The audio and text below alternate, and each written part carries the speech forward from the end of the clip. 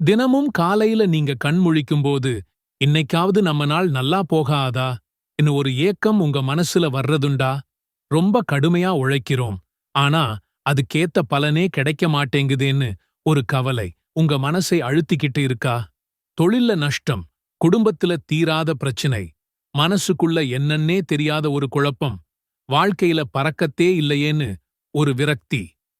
இப்படிப்பட்ட கவலைகளோட தான் உங்க ஒவ்வொரு நாளும் விடியுதா?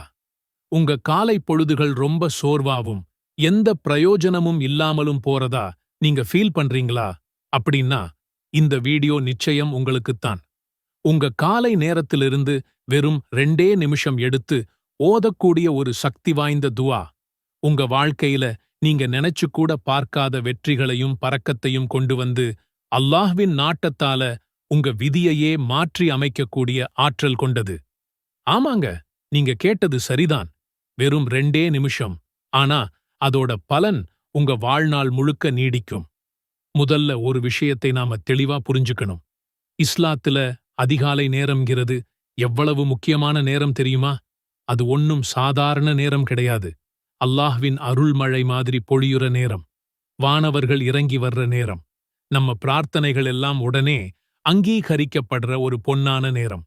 அதனாலதான் நபிகள் நாயகம் ஸல்லல்லாஹு அலைஹி வஸல்லம் அவர்கள், யா அல்லாஹ், என் சமூகத்தாருக்கு அதிகாலை நேரத்துல பறக்கச் செய்வாயாக அன்னு நமக்காக துவா செஞ்சாங்க. அதிகாலையில கேட்கிற துவா ஒரு விவசாயி விடியற்காலையில தன் நிலத்துல ஒரு விதையை நடுற மாதிரி. اللهم إني أسألك العفو والعافية في الدنيا والآخرة. اللهم إني أسألك العفو والعافية في ديني ودنياي وأهلي ومالي. اللهم استر عوراتي وآمن روعاتي. اللهم احفظني من بين يدي ومن خلفي وعن يميني وعن شمالي ومن فوقي وأعوذ بعظمتك أن أغتال من تحتي. يا الله, இந்த உலகிலும் மறுமையிலும் மன்னிப்பையும் ஆஃபியத்தையும் நலத்தையும் உன்னிடத்தில் கேட்கிறேன்.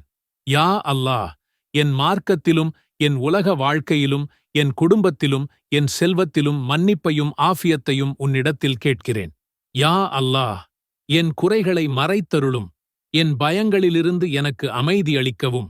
யா அல்லாஹ், என் முன்புறத்திலிருந்தும் பின்புறத்திலிருந்தும் வலப்புறத்திலிருந்தும் இடப்புறத்திலிருந்தும் மேலும் மேலிருந்தும் என்னை பாதுகாப்பாயாக.